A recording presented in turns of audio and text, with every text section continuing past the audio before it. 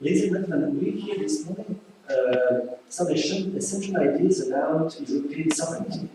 We hear a lot of new ideas how European Union could represent maybe a solution for fundamental reform of the system of the United Nations, giving to this new entity a full capacity to collaborate on the main international issues.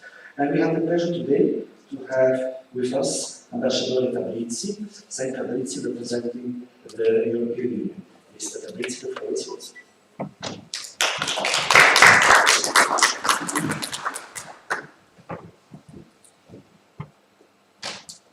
Well, a very good morning to all you, the organizer. Thank you for inviting me and to join this distinguished panel. Thank you very much. It's a great pleasure to be here, also to be part of this distinguished panel of colleagues who spoke before me.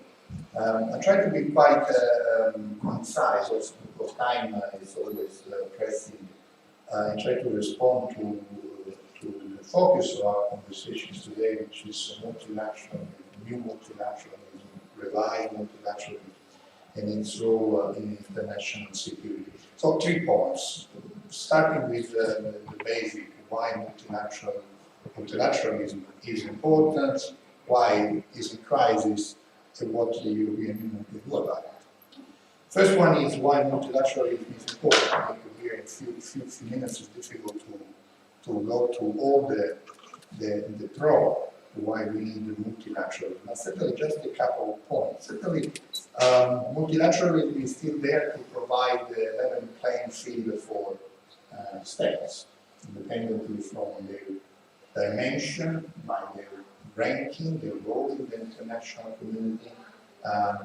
Multilateralism give them a say, and also that give all of us the possibility to write norms that is applicable to all.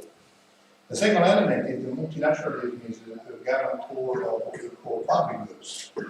We talk about climate change, we talk these days about health and pandemics. I think if we want to avoid pure national, narrow national approach or market-oriented solution, we need to bring those public goods under the umbrella of multilateralism, where every position will be taken into account. Let's talk about vaccine. There's already this vaccine nationalism.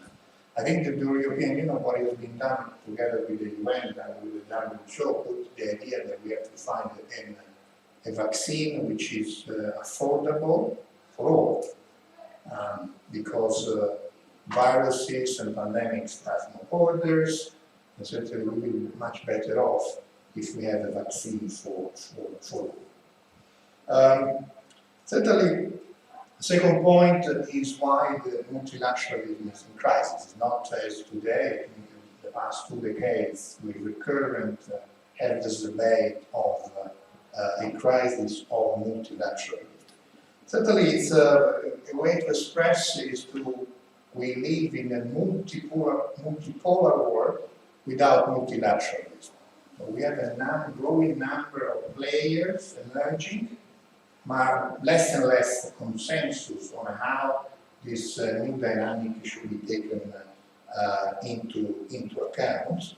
And certainly there is a strong temptation, big player, small player, medium player, to find a new set of rules. We saw big player withdrawing from international agreement or blocking international agreement. Other players making them pick and choose. I like this part of this agreement. I don't like the other part of this agreement. We see players do not respect rulings of international court of justice. We saw players decide to leverage their power going bilateral. So I think this crisis is there. We not necessary to avoid. and we have to understand how we can do. Also, the complexity of the system is in front of us. The UN40 were 50 countries, and now it's more 193.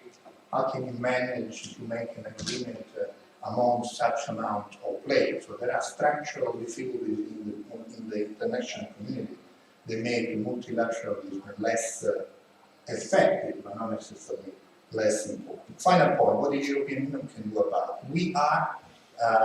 We are multi, so we brought along the same rules in the second part of the last century. The same idea that inspired the UN was an idea that we united Europe. And certainly is a part of our DNA to be defender and standard bearer of multilateral. So certainly the message also that my French colleague has said, we need to state again the universal value, the universality of some values, this political relativism is something that we want to, we need to push back. Diversity is important, but also universality. One of the principles we use is unity in diversity.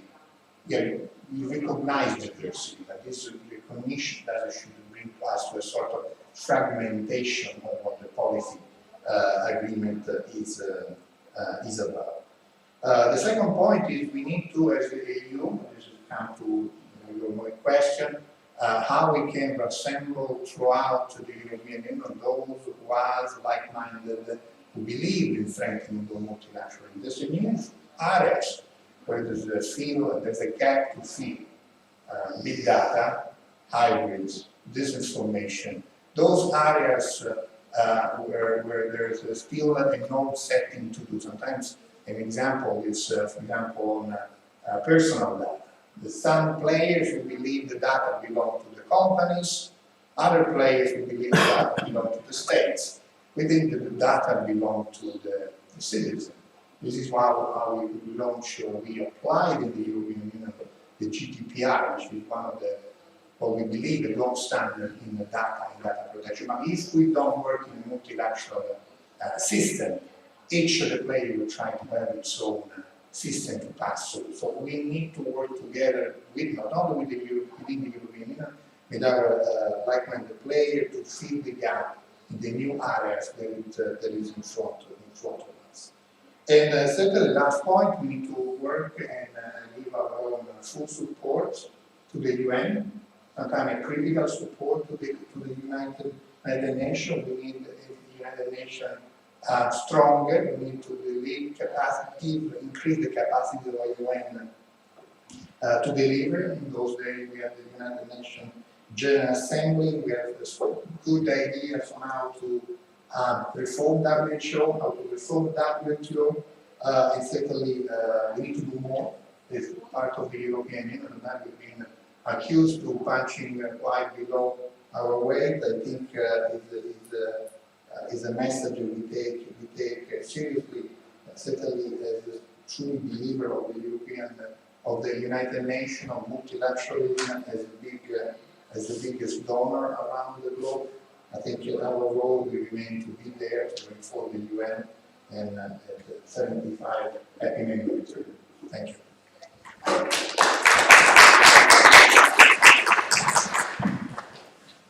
Grazie mille per questa bellissima presentazione. There's an interesting to see that the European Union, as a non-governmental body but not a state, could accomplish big contribution to this process of change, renewal of United Nations and the work of United Nations. Yeah? And your input, of course, I'm sure is very much appreciated by the people in charge.